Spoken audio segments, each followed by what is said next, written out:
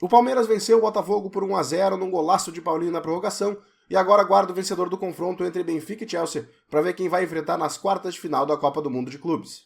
Logo no primeiro tempo da partida a gente pôde perceber algumas coisas importantes. O Palmeiras foi para o jogo com um espírito de jogo de Libertadores. E o Botafogo não foi muito diferente disso, mas a forma como o Botafogo se postou no campo, se posicionou no campo, foi diferente daquilo que o Palmeiras pensou. O Palmeiras foi para um jogo com muita intensidade, com pressão na marcação, procurando roubar a bola e finalizar em velocidade e também usando lançamentos, procurando o Estevão, que hoje jogou pela esquerda, para que o Alan pudesse jogar pelo lado direito. O Botafogo me pareceu ter pego o molde do que fez contra o PSG e está tentando aplicar em outros jogos. Só que é preciso modificar um pouco esse molde, porque o Botafogo tentou fazer isso contra o Atlético de Madrid e não deu tão certo. Não só por ter perdido o jogo, mas porque o desempenho do Botafogo também não foi tão bom quanto no jogo contra o PSG. De novo hoje contra o Palmeiras, mesma coisa. O tripé de volantes, o time mais recuado, um time que não parecia preparado para jogar com a bola.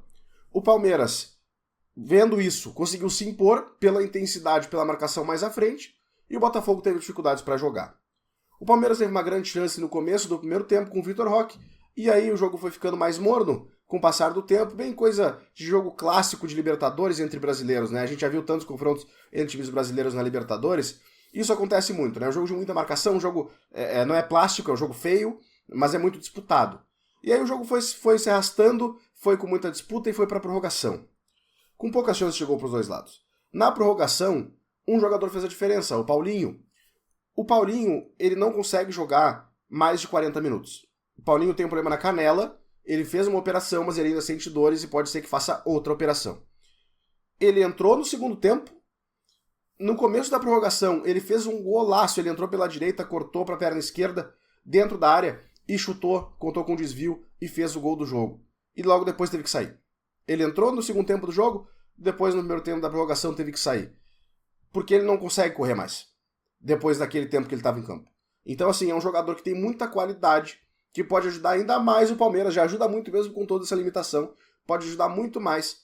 E, fazendo essa nova cirurgia, não se sabe quanto tempo ele vai ter que ficar fora. Mas me parece o caminho mais correto, porque senão vai ser sempre jogando 30 minutos, 40 minutos, e ele pode ajudar muito mais a equipe do Palmeiras. No segundo tempo da prorrogação, o Botafogo fez a pressão que se esperava, né, no time que está perdendo e que precisa achar um gol de qualquer jeito. Teve oportunidade para isso, porque o Palmeiras recuou um pouquinho demais.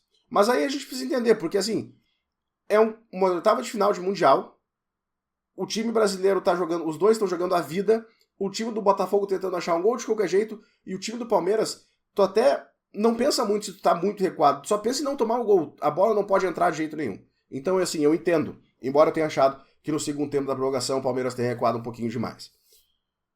Eu acho que o resultado foi justo, no final das contas. Nenhum dos dois times fez um grande jogo, mas eu acho que o Palmeiras se impôs no jogo por mais tempo do que o Botafogo. O Botafogo foi se impor mais no segundo tempo da prorrogação, quando já perdia por 1-0.